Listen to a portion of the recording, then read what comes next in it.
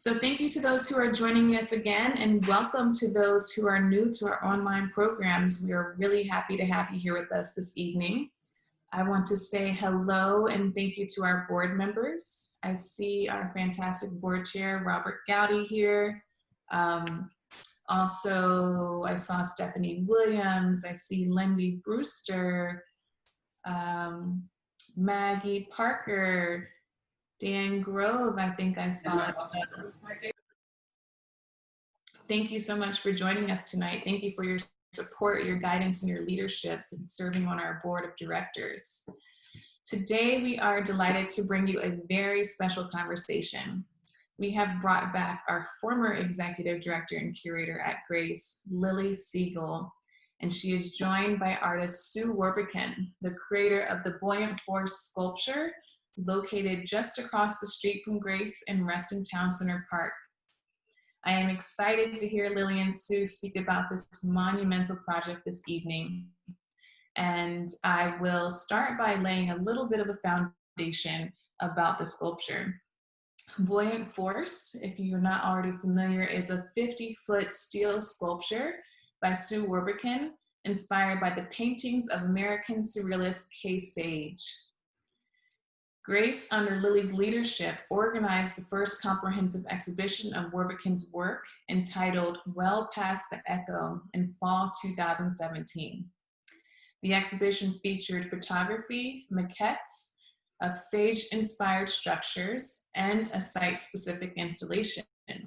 Based on the success of that exhibition, Grace then commissioned Wrbican to realize the Buoyant Force structure at full size in Reston Town Center Park. If you have not had a chance to check out this sculpture, please, we encourage you to do so. And now to introduce our guest. Lily Siegel is currently Executive Director of Hamiltonian Artist, a professional development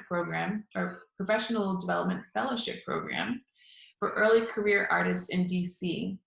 Before joining Hamiltonian, she was Executive Director and Curator here at Grace, and she held positions at the Contemporary Jewish Museum in San Francisco, the High Museum in Atlanta, the Museum of Contemporary Art in Los Angeles, and she recently curated two concurrent exhibitions of the work of late artist Maura Dreyer, currently on view when we reopen at Greater Reston Art Center and the Phillips Collection. There is an accompanying catalog that goes along with those exhibitions. Lily has a master's degree in modern art history, in theory and criticism from the School of Art Institute of Chicago, and a BA in visual arts, history and criticism from UC San Diego. Sue Wrbican is an associate professor and director of photography at the School of Art at George Mason University. And her education includes an MFA in photography from the Rhode Island School of Design. She also holds a BA in English writing with a concentration in poetry from the University of Pittsburgh. She has held residencies at the Robert Rauschenberg Residency in Captiva, Florida, Cala Art Institute in Berkeley, California, the Atlantic Center for the Arts in New Smyrna Beach, Florida, and Stud Residency in Catlett, Virginia. She is a founder and member of the Floating Lab Collective, whose projects have been exhibited widely in venues from New York to Germany.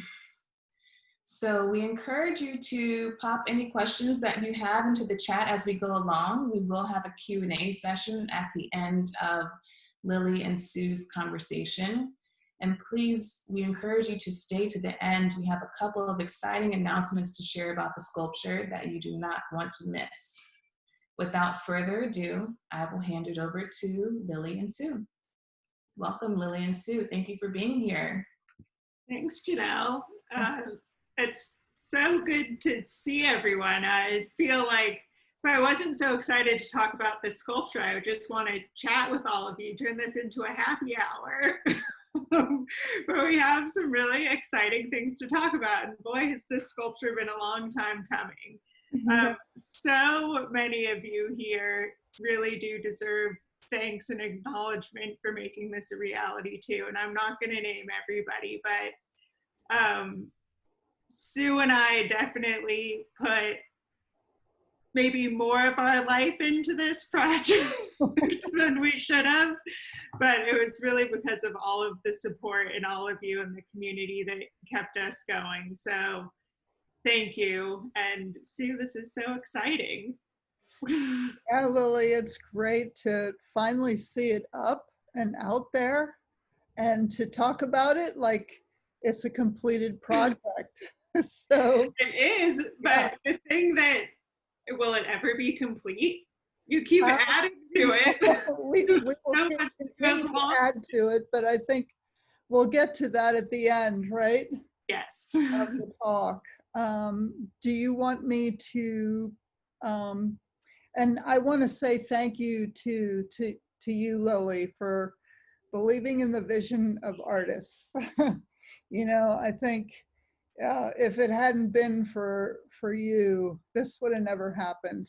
So I want to say thank you, and I'm really excited about working with Janelle now too. So I think, you know, between the three of us, we'll see some new wrinkles on this piece as time goes by.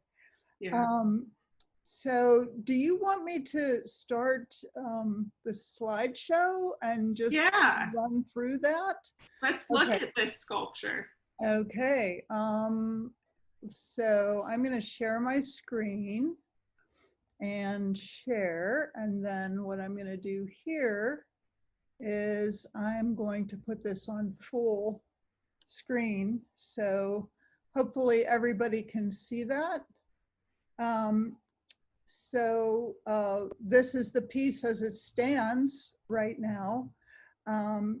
So I can give some background on how this came into being. A lot of it, I mean, as probably everybody knows, has to do with this kind of resonation with Kay Sage. And so I can get into the background on that a little bit and probably explain where the clothespins come from in that situation. So I'll just go ahead with this. Let's actually, I think you're going to get there, but Janelle kind of mentioned the timeline. But it's almost 3 years ago that we did your show at Grace. And I'm trying to remember, I think at that point, there wasn't any talk of doing a public sculpture, but one of the things that we were paying very close attention to and decided we wanted to include in your exhibition were these maquettes that you had been working on in your studio. So I think that it's important to also mention that your background is in poetry and photography, and sculpture is something that you're coming to relatively newly, but you know, as with many contemporary artists, you're an artist and you're just working for the medium to best express your ideas. So I think actually though, I was a woodworker before I was a photographer, really. I don't know that I knew that. Yeah. And I got into photography because I wanted a way to document the pieces that I was making. So that was back in the 80s. So a long time ago. It's almost as if it never happened. All right, so that was just a little background to introduce. We're going to see images of so many different things, different mediums in your practice that kind of all have led up to this point and beyond. Yeah, I kind of wanted to give just a little bit of background about where the ideas generated from. And I think, you know, it really kind of started around opportunities that I had with residencies. So this image here is an example of I wanted to get a sale for a project, and it was down at the Atlantic Center for the Arts. in New Smyrna, Florida. And I found this sail. It was actually a dock master had gave me a sail. I was on a mission to find a sail. So this is the sail he gave me, and these are just video stills of us kind of playing around with it in the wind down there in some stormy weather. And then, you know, as I was working with the sail, because my intention was to cut it up and turn it into a tent, and as I was like realizing how amazing the sail was, I didn't want to do that. So I started to cut out triangles of paper. And basically I would just clip them together with these clothespins and think about, you know, how could I just manifest some like wind going through this triangular shape to kind of create these cones. And so I just kept hanging on to this idea of the clothespin throughout. I think, and then, you know, as I was working with the sail in these spaces that were outside, of course, you know, this idea of clipping them to make shapes in the wind just didn't work. So, but instead I started to make landscapes, and I would go out with friends and they would kind of, you know, play along with this sail in these kind of empty, desolate places. So this is in Ocean City in Maryland in the wintertime, actually right around in March. And we're kind of playing around with this emptiness of the place, these empty condos, nobody's on the beach. And in the meantime, I had all these prints up in my studio when I had a studio in Baltimore.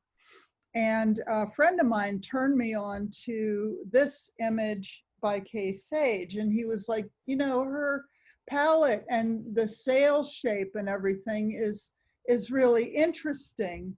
And, you know, so as I didn't know who she was, I had never heard of Kay Sage, and then come to find out that she was married to Yves Tanguy, and I was, you know, that was the question. The question started to form, why doesn't everybody know about Kay Sage? Why does everybody know about Yves Tanguy? Because as I was looking at these amazing paintings, I was thinking about how, you know, how precise they were and how architectural they were. And, you know, and there was things written about that, you know, she was kind of imitating her husband's work, but I didn't find that to be true. And these are some examples of her work. So, and also just a little side note, an interesting connection to where we are. She spent some of her formative young artistic years in the area. As a teenager, she lived in Virginia and attended a private school, the Foxhall School, which I believe still exists. And the only art school education she had was at the Corcoran. She didn't end up graduating, but she did, I think, spent 2 years studying art at the Corcoran before she moved to Europe. So, you know, the first piece I think that I actually built was for this GZEC study conference, which was in 2014. And I was really interested in placing a shape into a place that really had no connection to it architecturally. Is that, like, I interpreted the this idea that Zizek had about parallax views being, if you take something out of its surroundings and put it into another like environment, it changes the meaning of the piece. And so I just interpreted that piece of philosophy for my own. I don't know the philosophers would agree with me on that point, but I thought it was an interesting way to play around with materiality and environment. So, and I had these two amazing students working with me at Mason, Kelly Hendrickson and Chelsea Dobert-Kane, who were just so instrumental in that piece. And then later, they assisted me to build this piece at the Seligman Center in 2015. So that's kind of, like where the idea of the tower was coming from, was by those paintings that I showed you, Hyphen and Tomorrow is Never. And so with these ideas, I had a residency down at the Rauschenberg residency in Captiva, Florida, and I brought my sales with me, and I was really determined to start working with this idea of K-Sage, the environment. Hurricanes were also something that really interested me, weather, climate change, those kind of things. That's the sales in his main studio. In the background there is pieces that were done by Tim Highland, who was also in residence with me down there. And so as I was hanging the sails up, there happened to be an acrobat there, Arno, he's known as Acro Arno. And he was right next to me, and he was sort of setting his silks up to like spin around and stuff. And then we thought, what are we doing? We should really be collaborating on stuff. So we started to work together. And he was creating these really interesting shapes, and I would make backdrops for him. And then at the same time, like, we would go over to North Captiva, and I would make photographs and like do these interesting sort of collage works with the hurricane damaged trees in North Captiva. And then,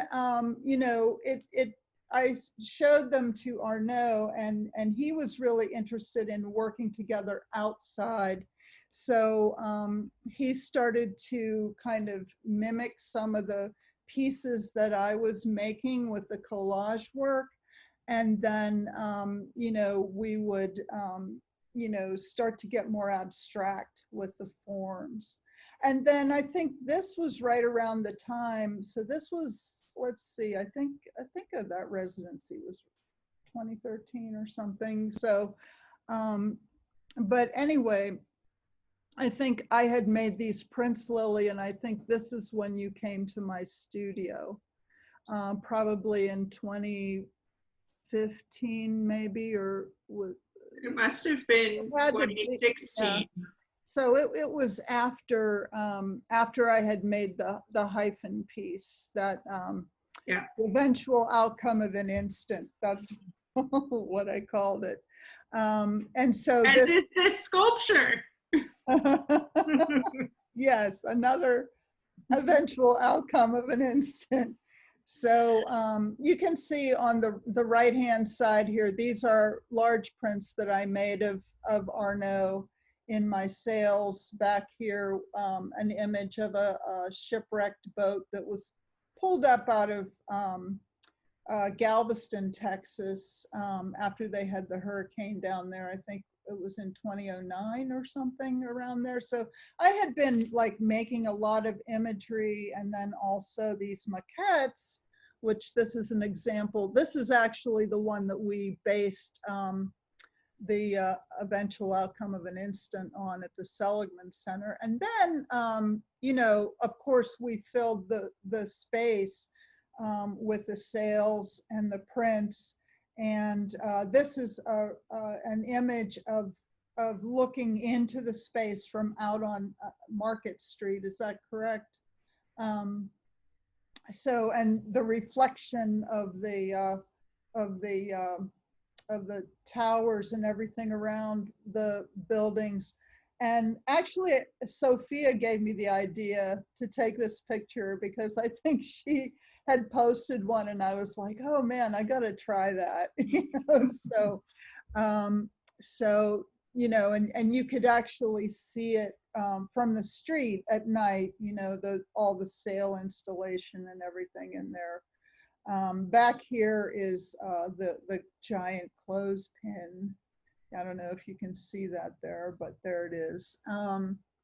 And so, so getting to the maquette, over on the right-hand side is the original maquette that you were interested in, I think right from the start, thinking about this tower. And over here on the left, oops, actually is, okay, I can't go backwards in the slides for some reason. I don't know why, but here you see, you know, after the show, Lily was able to get the board interested in building this sculpture to be a life-size piece. And so this is the very beginning of all that, where we took the piece out into the space of Reston Town Center and held it up there. And then on the right, you see the actual installation. So yeah, I'm just looking through all of these images and thinking about the term life size. I think the scale is something to pause and talk about for a minute, because I think it was really, for me, nice being reminded of those images that you took with people in them, and looking at the scale of the person to the sails specifically. And it hadn't really occurred to me, but the sails that you ended up building with Howard Connolly for the sculpture seem like they might actually be scaled to what a real sail might be. And the rest of the sculpture kind of matches that scale. And then there's the human scale. You know, you can see on the right-hand side how small the people are actually under the sculpture. And we decided that that monumentality was really important to maintain. That I think at some point, the first conversation, we were like, yeah, we can do a 10-foot sculpture. And we said, no, that is not the scale that it needs to be and it should be. Just wondering if you could talk about that a little bit in your planning process, how you thought about scale and what life size. yeah, I think probably if you look at Kay Sage's paintings, the one in particular that I'm thinking about is Tomorrow is Never. Let me see if I can bring that up here again. I don't quite know if I can get out of this without, there we go. So let me bring up the Tomorrow is Never again. So if you look at Tomorrow is Never here, and I'm not gonna blow this up because it's kind of hard to get back to that point with PowerPoint, but you can see that there's what looks like to be fog surrounding all these structures, and that it gives you the sense that something is very high in the sky. You know, that there's cloud formations around it. You know, so and plus the fact that you don't even see the ground in here. So, you know, and I think that that's what I was relating to as well when I worked at the Seligman Center, because I wanted to actually build this piece in addition to the one that resonated with Hyphen. But we ran into a really difficult situation building that piece because we were building on top of solid shale, and that took quite a while to figure out. And so when we were only there for a limited amount of time, but this is the piece I wanted to build. They have a pond there and it would get fog on the pond. And I thought, wow, wouldn't that be amazing to have these pieces surrounded by that fog? But it was never realized. So I think that that was part of what I was thinking of. And also, I think when we talked to Will, the fabricator, he seemed to be Yeah, we can go that high, you know. And then I think once we found out that was possible, we were like, okay, let's do it.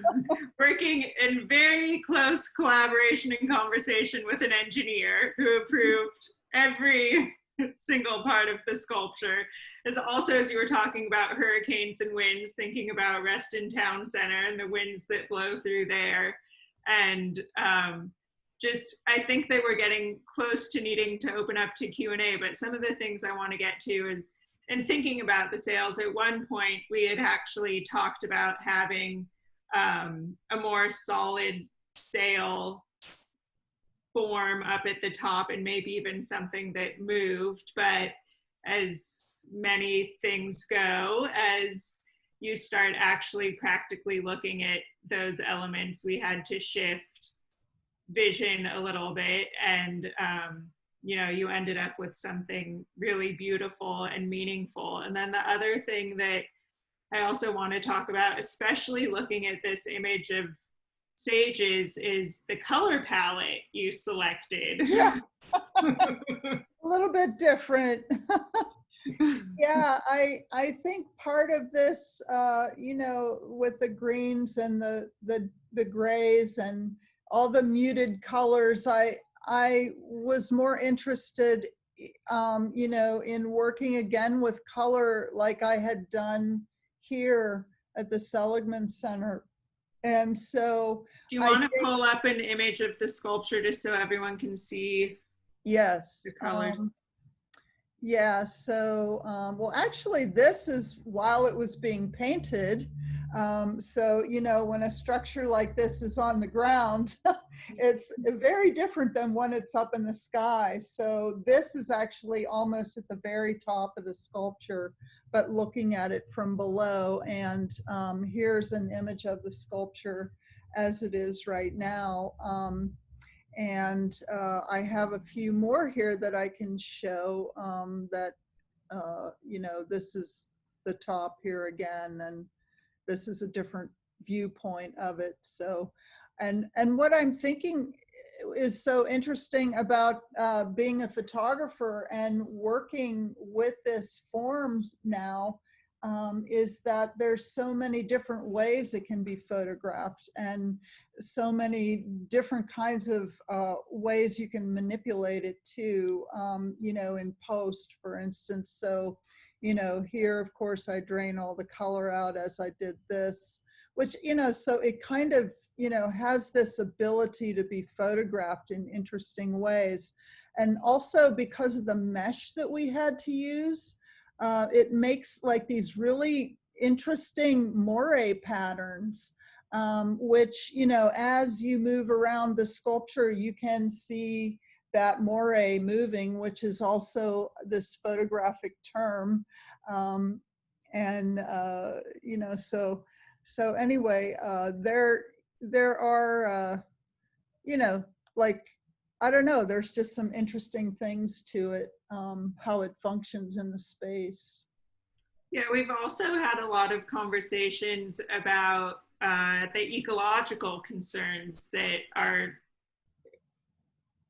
embedded and addressed by the piece, but I think that those are maybe less obvious to maybe a passerby or an audience who doesn't Yeah. know to look for that. Can you talk a little bit about that? Yeah, well, in a way, it's kind of the elephant in the room, right? Because the entire piece is built from pipes that would normally carry oil or gas. And these are, you know, they're empty. So I found that to be really interesting, is that they don't hold that material. What they do is just hold air.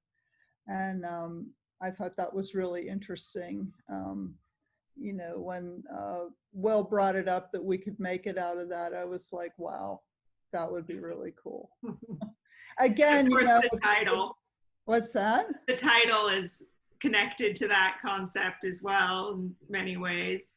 Yeah, buoyant force. It's actually a physics title, or a physics concept. And again, I'm not a, a physics or I don't know the I can't think of the title of Physicist. physicist. I'm not a physician, I know that. A physicist. It's in relation to the amount of water that is needed to hold up a vessel. And so the buoyant force relates to that somehow. I don't have the definition right in front of me, but I like the idea that it had a relationship to something that held something up. And, when we think about climate change and we think about sea level rise, in relation to burning fossil fuels and everything, like I like that that kind of, those notions are embedded in the piece. And for me, it makes it more poetic. It's just like another way to address it. I know, different artists address the same thing in very different ways. And I feel like this made the most sense for me to address it in my own way. The other really important underlying concept, which you started to talk about a little bit, but is this idea of the female artist and getting recognition for their work, not in the shadow of their husband, as Kay Sage was, Yeah. or being able to build something monumental, and you have some ideas related to content around the sculpture to really help elevate some of these previously silenced or more quiet voices, which I think is also another great part of this project that will continue to grow and live on. Yeah, I'm really interested in, amplifying the voices of artists who work with surrealism, and that is part of their practice, and particularly women and, female identifying artists.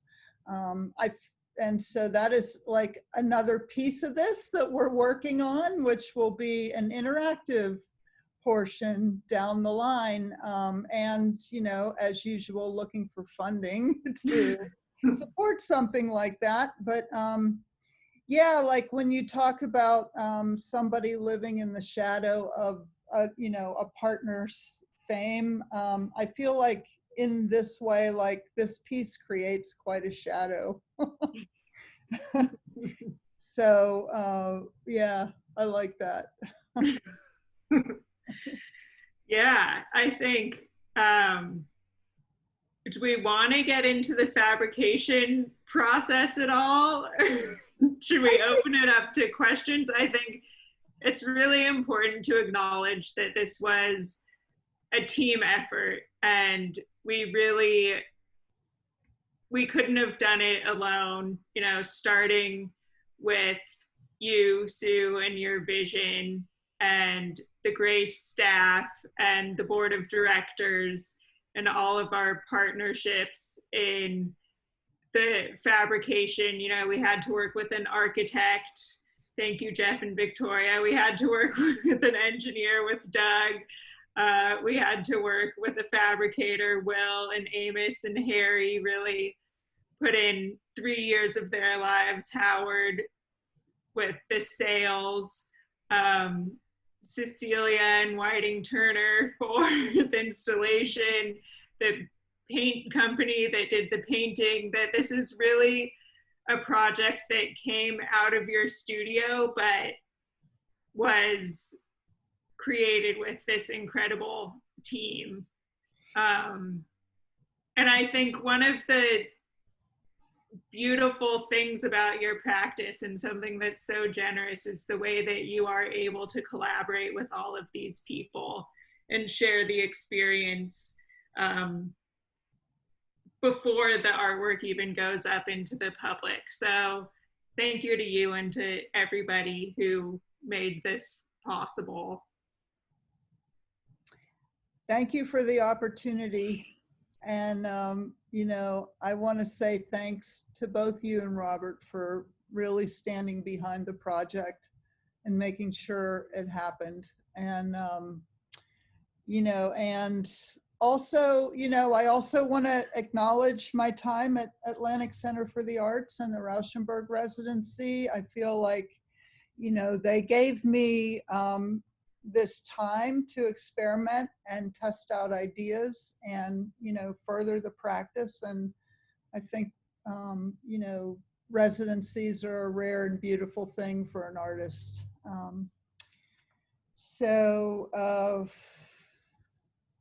Where would you like to begin asking questions? Well, Lily, Sue, thank you so much. This sculpture has so many layers to it, behind the story, behind the inspiration, behind the process.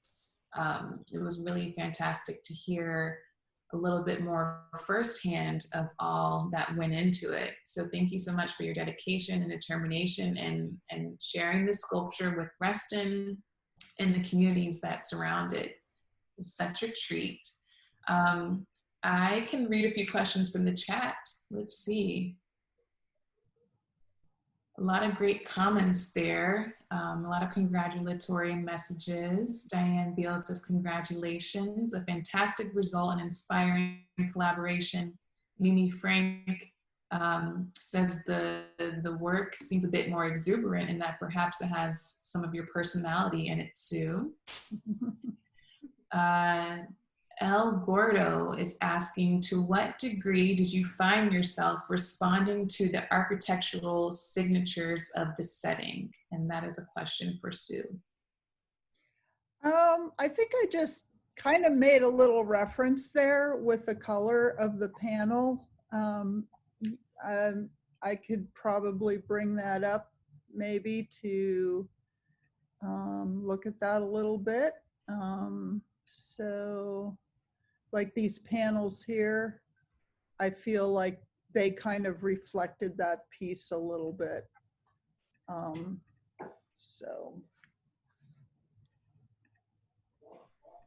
Okay. Laura Roulette says she loved seeing the Case H paintings that inspired this work. What about Tatlin's monument to the Third International? That's a good question. I feel like in a way the sails sort of do that spirally thing. Like if we look at them over here, for instance, they kind of spiral up. So yeah, I don't know that that was intended. I think it was more about how and where are we going to attach the sails to this piece, because they were made in a different shop. And so they had to come together somehow. But, and again, the piece was laying on the ground. It's interesting to see something actually stand up. But yeah, that's a good reference, Laura. I actually, in some of my early presentations, when I was, going around getting support for this sculpture, I had Tatlin's monument in my folder of images for reference images for this sculpture. And I don't think I ever ended up including it in any of the presentations because it seemed like conceptually that wasn't the direction we wanted to go. But I think definitely in terms of form, there's something there, and it makes a lot of sense in thinking about kind of folly structures and things that are exuberant, things that are whimsical, but things that also carry meaning and have an impact kind of on the human body. I think it's interesting that the sails have the clothespins actually in that reference. I don't think Tatlin would have thought about clothespins. Nope. Thank you. Sylvana is asking, how would you talk about this piece to a child who may be looking at the sculpture?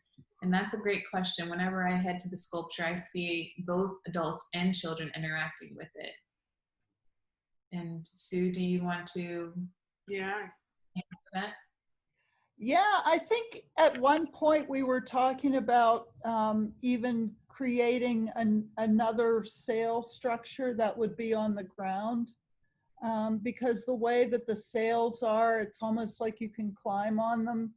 And we thought that if we put one on the ground, kids could play on it and look up and see, imagine that the sail fell off of it.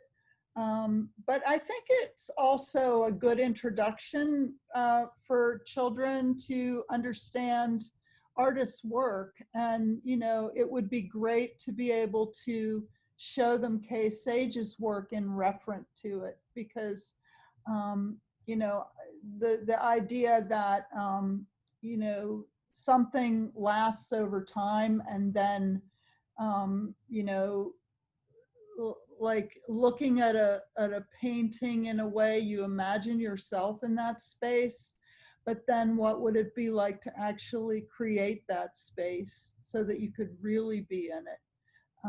I think that would be an interesting take on that too.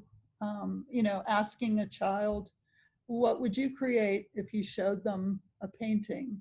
And kind of expand that dialogue with the child.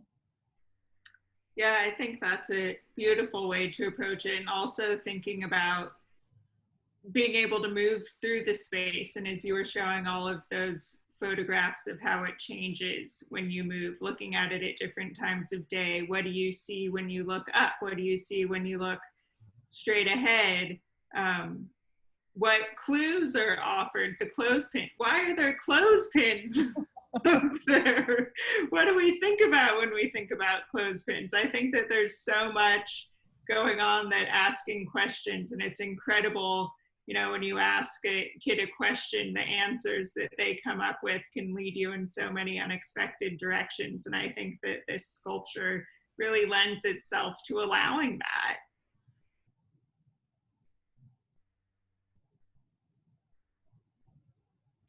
All right, we have a question from Emily Fusner. Hi, Emily. She says, congratulations, Sue. So great to hear more about the sculpture. In collaborating with all the engineers, fabricators, etc., were there compromises and changes to your design that were particularly challenging to adopt, or was a pleasant surprise in the outcome? How did you navigate that process? Well, I think, I listened to the engineer. The engineer knew what the wind would do and how things could be placed. So, originally we talked about using mesh for the sails because we could bend it and make it a little more, folded and things more like drapery in a way. But we couldn't do that. And so, luckily Howard came up with this idea to make the ribs. And, it was fascinating too to see Howard form them and how they were done very freehand, which was also really interesting. So, Howard being a designer and an artist and a fabricator and all those things, he was able to pull this together in such a way. So if originally, and this is what was so great about working with all these folks, was that Howard just said, okay, let's cut out this triangle and you show me how you want this to look. And so I cut it out, he folded it, and I was like, yes, that's it right there. And he said, I'm going to hold it and I want you to take your camera and photograph it the whole way around. And then from this, he was able to do the drawing. And so I feel like that restriction that came up through the idea of, is this going to be able to pass wind through it with no problem, right? It led to this. So it was like a discovery. I didn't really see so much of these things being, like something that held us back. It was more about learning and how do you adapt. And I think adaptability was the biggest lesson, with building something like this. Hi, Emily, by the way. Thank you, Sue. Someone is asking, Sue, what other tidbits of research have you found that connect to K-Sage, similar to the dream about the fire? Oh, the dream about the fire. Yeah, so that actually, so there's like a whole thing that happened up there at the Seligman Center. That place was interesting, I have to say. So Kay Sage apparently made this painting after she had had a dream about scaffolds being on fire. And as we were working on this piece up here, one of the things that we were concerned about was finding wood to build it because we had really no budget at all. And so, like, I think it was 2 weeks before we were headed up to go camp out there to build this thing. There was a fire in a local lumber yard, and the lumber yard gave us the wood to build the piece. And so, like, connecting that back to, something that actually happened in Kay Sage's, let's say, mythology, about, responding to a dream that she had through the painting, like making this painting, and then to have that actually happen in real life was very interesting. There were some other things too that happened all around it, but it was difficult when we were building that piece on top of shale. That really held us up for a long time. And suddenly this person appeared and was like, I heard you guys were having some problems up here, and he figured out the whole thing like in minutes. And so it was kind of like Kay Sage wanted this piece to happen. So this is the piece I'm referring to there. So the surrealists were really into dreams and really into magic and the tarot and so many other things. And I feel like that's another aspect of surrealism that I found myself drawn to. And I have to say, I always really never had a big interest in surrealism until I started working with all this, the sales and the materials. And then, discovering Kay Sage for myself was a really big turning point, and everything that goes along with surrealism.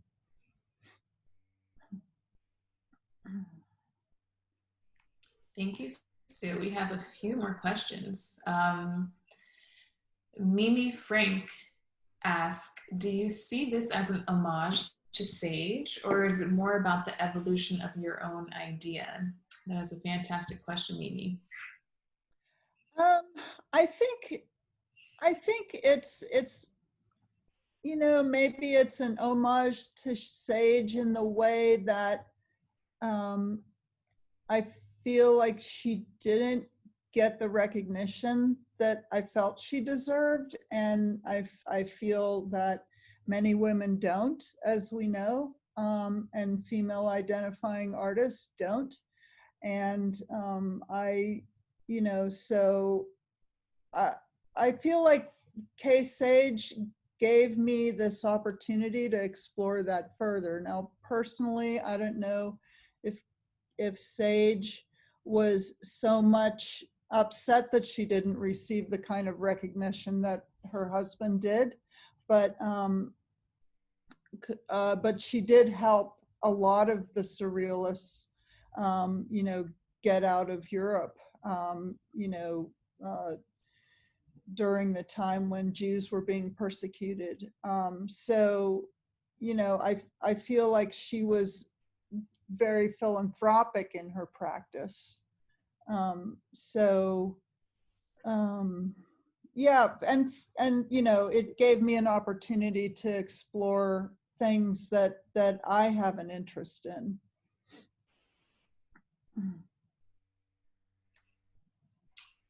Thank you, Sue. Our next question comes from Sarah, and she asks, I believe Kay Sage's work has been called constructivist surrealism. So maybe there's some connection there. Maybe there is. I feel like I'm not an art historian, but it's good that people are asking art history questions. So maybe Lily, you could answer that one. Sure, I think it's a great dissertation topic. Yes. I think, yeah, I mean, you know, the history of art, and especially modern and contemporary art, it's all of these concepts kind of overlap and recur. And I think that there's definitely, this work is open to a lot of interpretations. And I think I would love to see somebody write a historical contextual piece about this sculpture. It unfortunately or fortunately wasn't me this time around, but we welcome others' thoughts. Thank you, Lily. Robert Gowdy is referring to the children's potential play area extension of the sculpture, and he's saying, what about that squirrel bar? He's asking about compromises.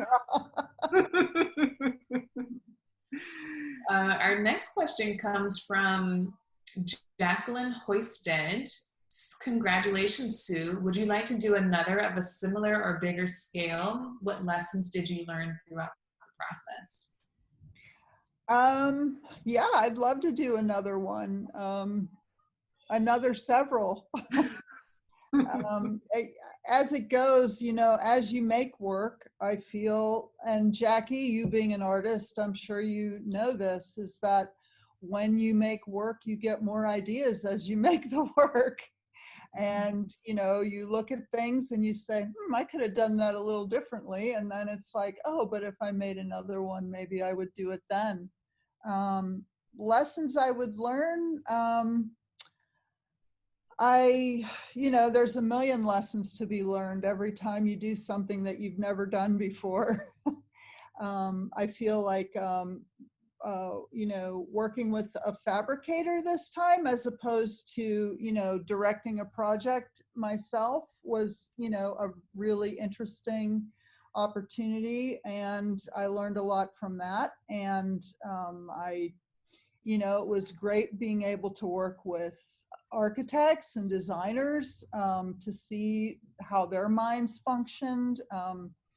And so it's, you know, I like the level of communication was really interesting, I thought, you know, and being specific about things, but then also like learning when you could have some wiggle room and when you actually couldn't have any wiggle room at all, or limitations.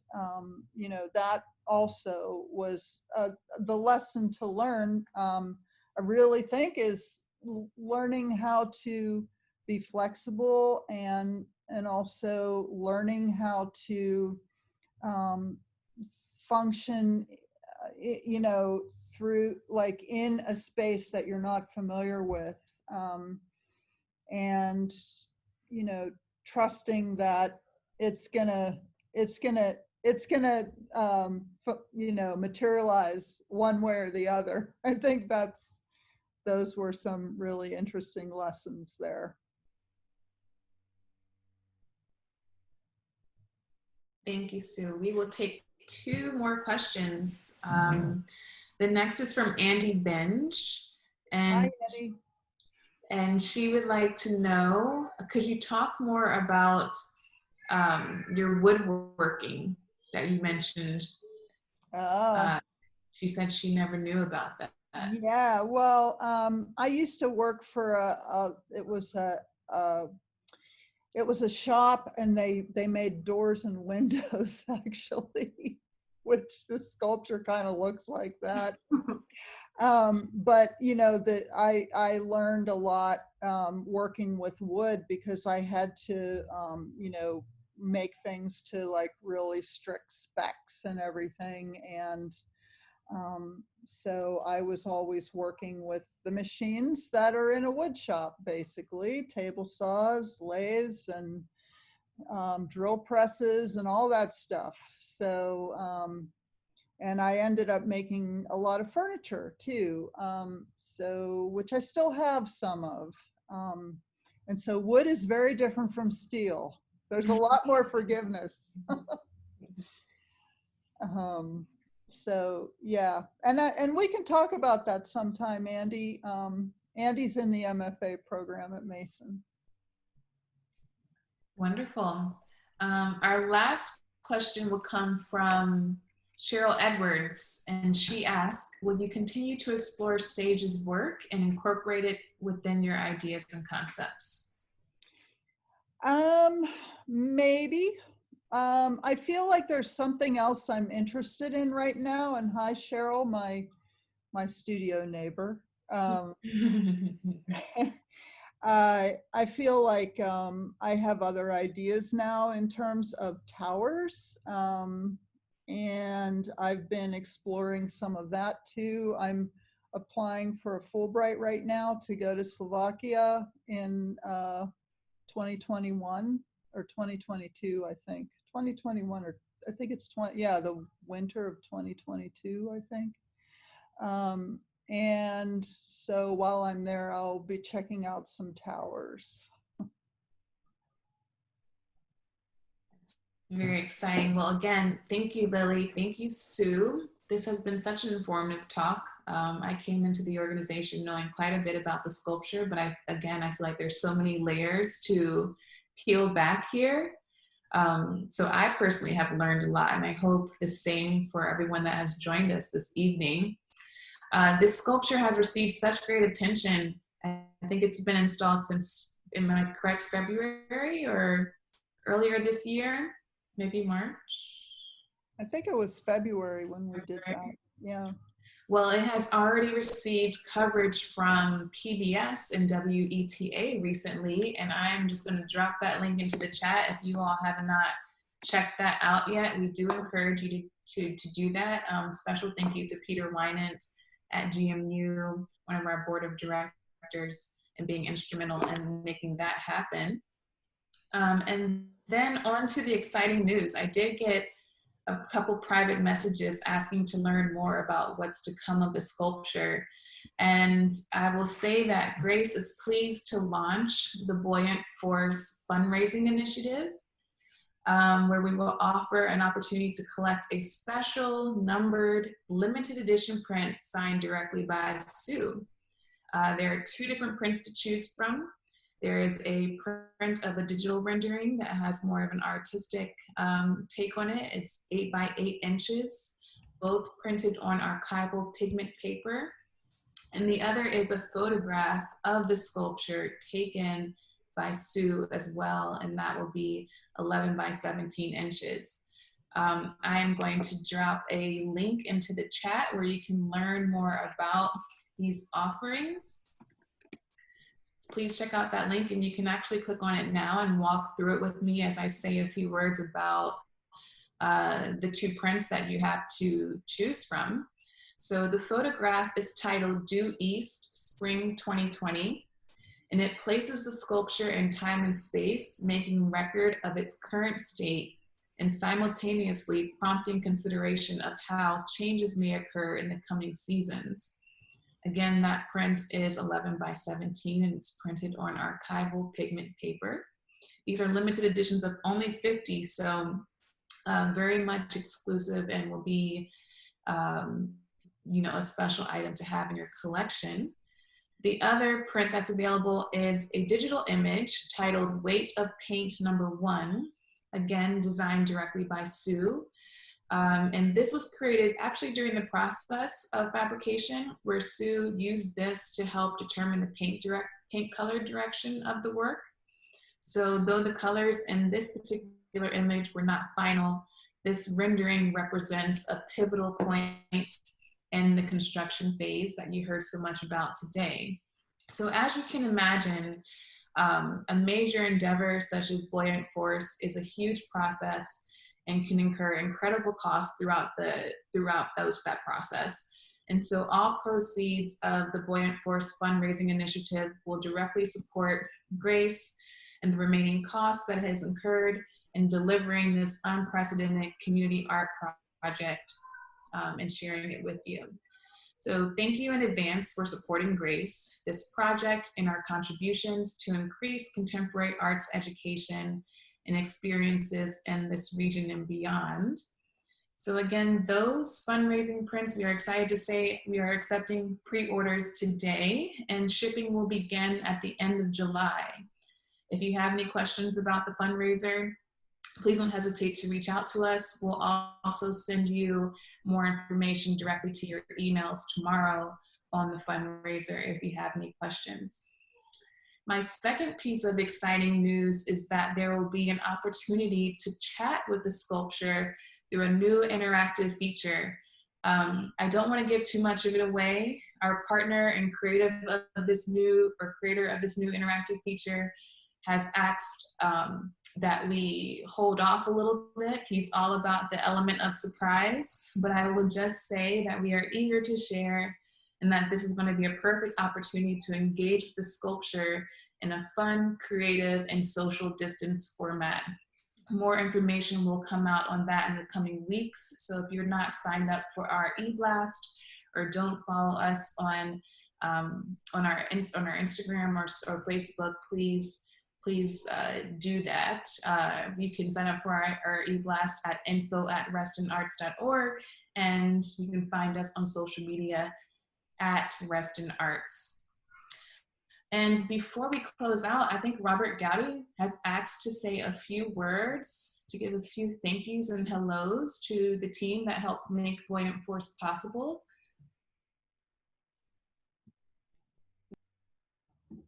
Hi, can you hear me, Janelle? Yes. Can you hear me, Janelle? Yeah, okay. Thanks. I don't want to take too much time. I just want to say, really, on behalf of the board and behalf of Town Center, as people know, I wear kind of two hats. I'm also the executive director of the Reston Town Center Association. But on behalf of the board, we're super excited to support this project. And on behalf of the Town Center, we're proud and honored to have it a part now of the Town Center experience. And for those of us who actually were with this project throughout its duration, as Lily referenced, it started over 3 years ago.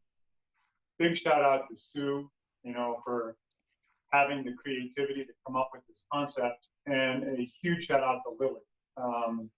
There were so many times over the last 3 years when this project, we could have easily pulled the plug on this project. And Lily had not only the vision to think about extending Sue's exhibition outside our gallery and taking it out into the park, but she had the determination to stay with this and fight through all of those obstacles. And there were dozens, hundreds. So Lily, awesome job.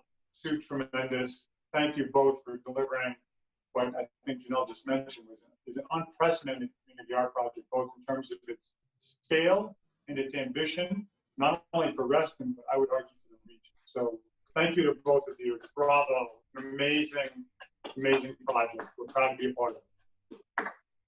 Thanks, Robert. Couldn't have done it without you. Thank you, Robert, and thank you, Lily, and thank you, Janelle. What a great, great conversation this was. And it was so good to connect with everybody again. So Yeah. Hopefully at some point soon, we'll be able to be out there under the sculpture. Whoa, what was that? We didn't talk about whether it's a lightning rod. okay, Sage is probably like, all right, enough. Well, thank you so much, Sue, Lily, our board. Again, Robert, I see Leslie is here, Stephanie, Dan, Janet Rims, Joan Kelly. Forgive me if I'm forgetting you, but I see Linda Sullivan and Lisa Miriam from Arts Fairfax. Thank you so much for joining us, everyone. This has been a real pleasure. And again, please stay connected with us and look out for the upcoming announcements on the interactive feature. And don't miss out on the fundraising prints that we have available. Thank you, everyone. Have a great evening. Thanks.